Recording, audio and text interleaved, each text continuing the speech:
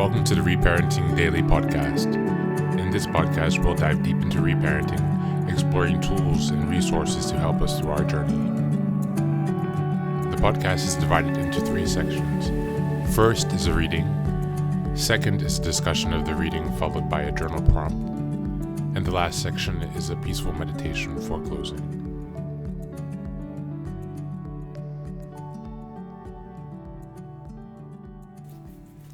Today's reading is from Games People Play by Eric Berne, MD.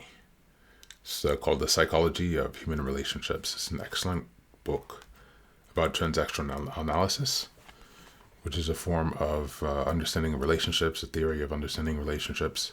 It's an excellent book, and I highly recommend it if you have the time. Today we'll start at chapter 6, called Life Games, and we'll read about the alcoholic life game. All games have an important and probably decisive influence on the destinies of the players under ordinary social conditions, but some offer more opportunities than others for lifelong careers and are more likely to involve relatively innocent bystanders. This group may be conveniently called life games. It includes alcoholic, debtor, kick me, now I've got you, you son of a bitch, see what you made me do, and their principal variants. They merge on one side with marital games and on the other with those of the underworld. Number 1, the alcoholic. Thesis.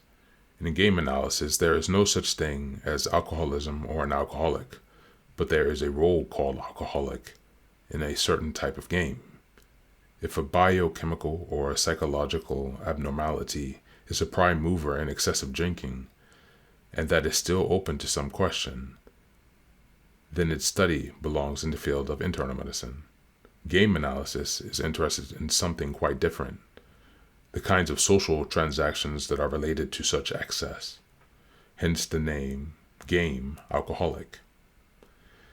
In its full flower, this is a 5-handed game, although the roles may be condensed so that it starts off and terminates as a 2-handed one.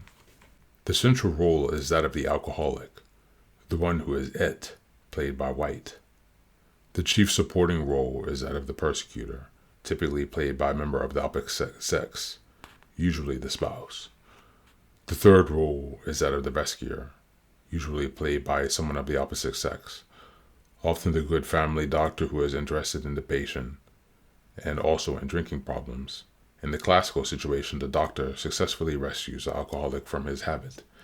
After White has not taken a drink for 6 months, they congratulate each other. The following day, White is found in the gutter. The fourth role is that of the patsy or dummy. In this literature, it is played by the delicatessen man who extends credit to White, gives him a sandwich on the cuff and perhaps a cup of coffee, without either persecuting him or trying to rescue him. In life, this is more frequently played by White's mother, who gives him money and often sympathizes with him about his wife who does not understand him. In aspects of the game, White is required to account in some plausible way for his need for money by some project in which both pretend to believe, although they know what he really is going to spend most of the money for. Sometimes the patsy sides over into another role, which is a helpful but not essential one, the agitator, the good guy who offers surprise without even being asked for them. Come have a drink with me, and you will go down the hill faster. The ancillary profession in all the drinking games is the bartender or liquor clerk. In the game of alcoholic, he plays the 5th role, the connection, the direct source of supply, who also understands alcoholic talk, and who in a way is the most meaningful person in the life of any addict. Thank you, and that's today's reading.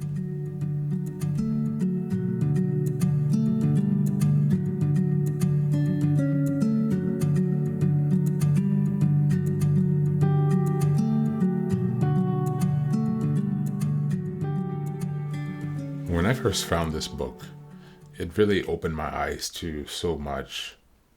I feel like the years of social isolation and of not having those deep, meaningful connections and only the superficial surface level. Sorry, tongue tied today. Surface level connections that don't really allow you to get that deep into each other's experience. You miss out on these kinds of knowledge and trainings, and just like simple skills and understanding of how the world works.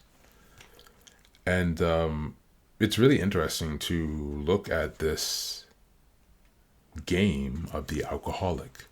Isn't it funny how, you can look at it as a game, as a way for someone to gain attention, how there are different players in these scenarios, and everything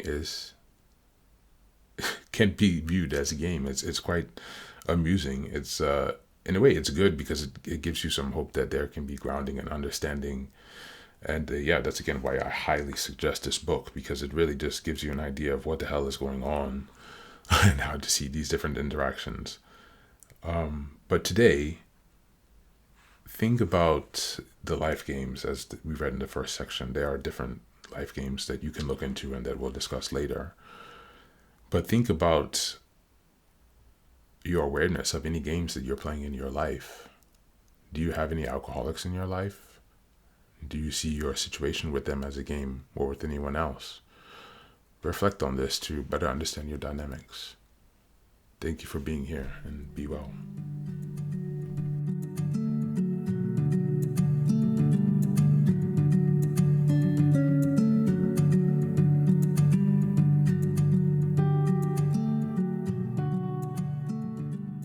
And now, let us move on to the final section, the meditation. This is an unguided meditation.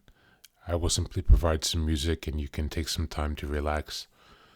Please feel free to choose a location and a place where you feel safe and where you can be undisturbed for the next 10 minutes. You can choose to be sitting down, standing, as you like, wherever you are most comfortable. Thank you for being here and enjoy the meditation.